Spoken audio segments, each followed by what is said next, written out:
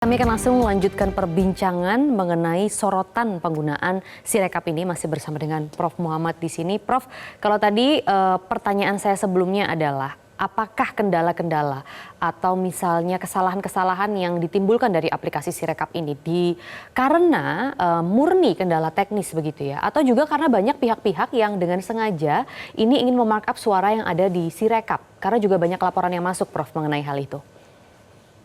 Itu yang harus dan wajib dijawab oleh KPU. Apakah ini benar-benar hanya kendala teknis, ya, atau sebagaimana kecurigaan orang bahwa ini ada upaya-upaya untuk melakukan manipulasi terhadap hasil pemilu.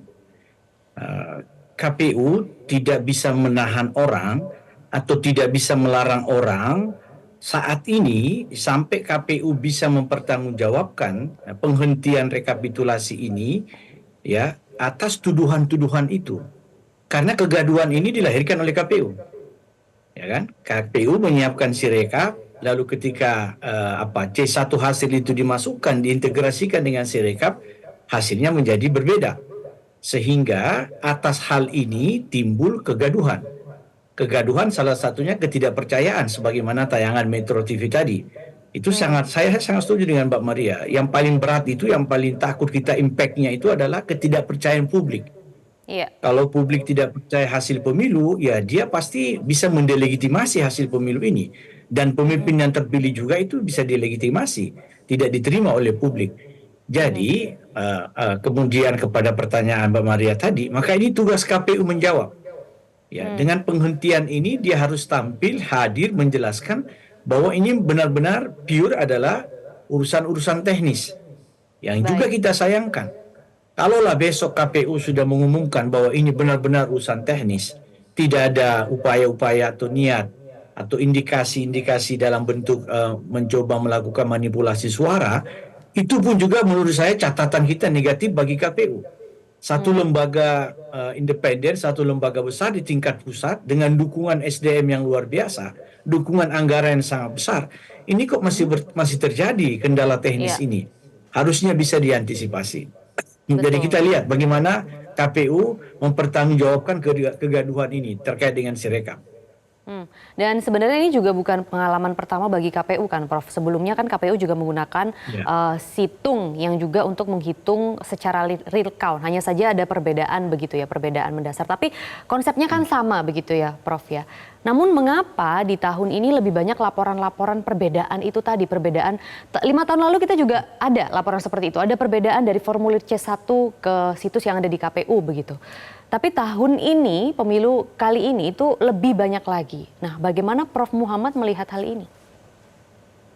Saya setuju. Seharusnya yang disampaikan Mbak Maria tadi, bahwa situng yang sudah pernah dipraktikkan itu harusnya tinggal dilihat kelemahannya di mana. Untuk diperbaiki, untuk disempurnakan. Agar supaya tidak terjadi lagi kelemahan-kelemahan situng, ya, pada Sirekap ini. Namun faktanya kan, menurut saya Sirekap lebih bermasalah daripada situng kemarin ya, sebagaimana penjelasan Metro tadi bahwa dimulai di Pilkada 2020. Nah, kenapa kemudian Sirekap ini impact-nya atau kegaduhannya lebih besar? Karena ada proses awal dari pemilu kita ini. Orang sudah mulai curiga ketika misalnya ada paslon yang seakan-akan mendapat perlakuan berbeda, perlakuan istimewa ya, misalnya 02 ya, ini bukan rahasia lagi. Dari prakondisi sebelum kita pemilu kita lihat ada situasi yang mulai dari kasus di Mahkamah Konstitusi, putusan MK nomor 90 dan seterusnya ya, itu kemudian mewarnai rasa ketidakpercayaan orang. Ya, bisa mempengaruhi distrust terhadap apa yang dikelola KPU. Makanya ya saya sebagai mantan ketua DKPP selalu mengingatkan teman-teman penyelenggara bahwa core bisnis penyelenggara pemilu itu adalah public trust. Kepercayaan publik. Ini barang mahal, barang terhormat, barang langka yang harus dijaga. Dengan cara apa? Bekerja profesional. Ya, profesional itu ya tidak ada hal seperti Sirekap ini. Tidak ada hal yang terkait teknis Sirekap ini. Ini menurut saya sudah unprofessional. Bagi saya kegaduhan Sirekap ini sudah unprofessional. Ini sudah tidak profesional KPU-nya.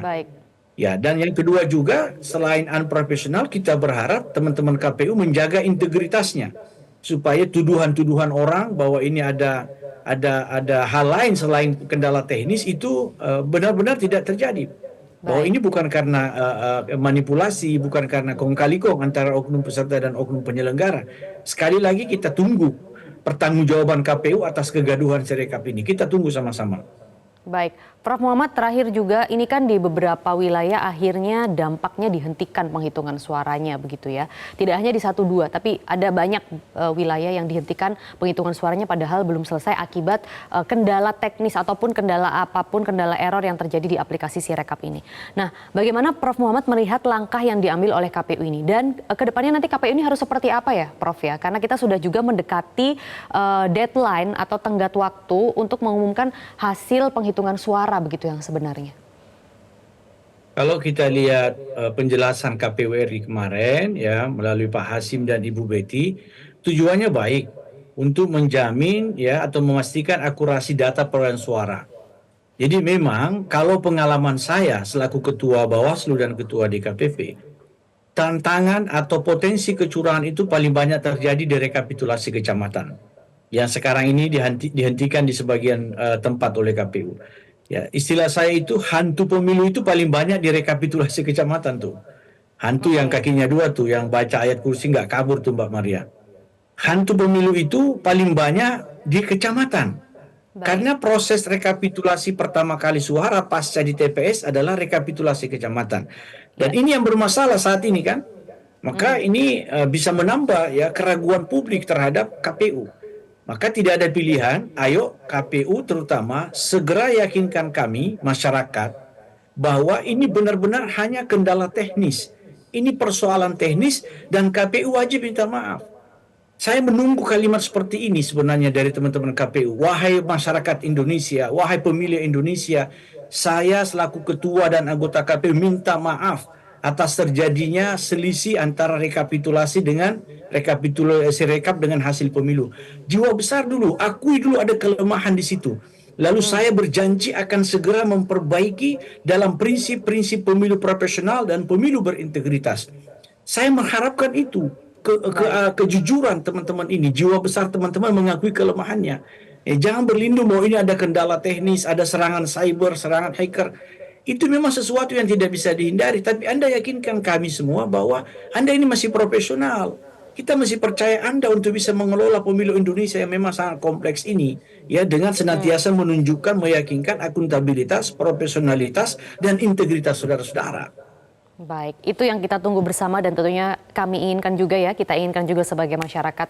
Mantan Ketua DKPP dan Bawaslu Prof. Muhammad, terima kasih sudah berbagi informasi Ya. di Metro Siang kali ini. Salam sehat, Prof. Jelajahi cara baru mendapatkan informasi. Download Metro TV Extend sekarang.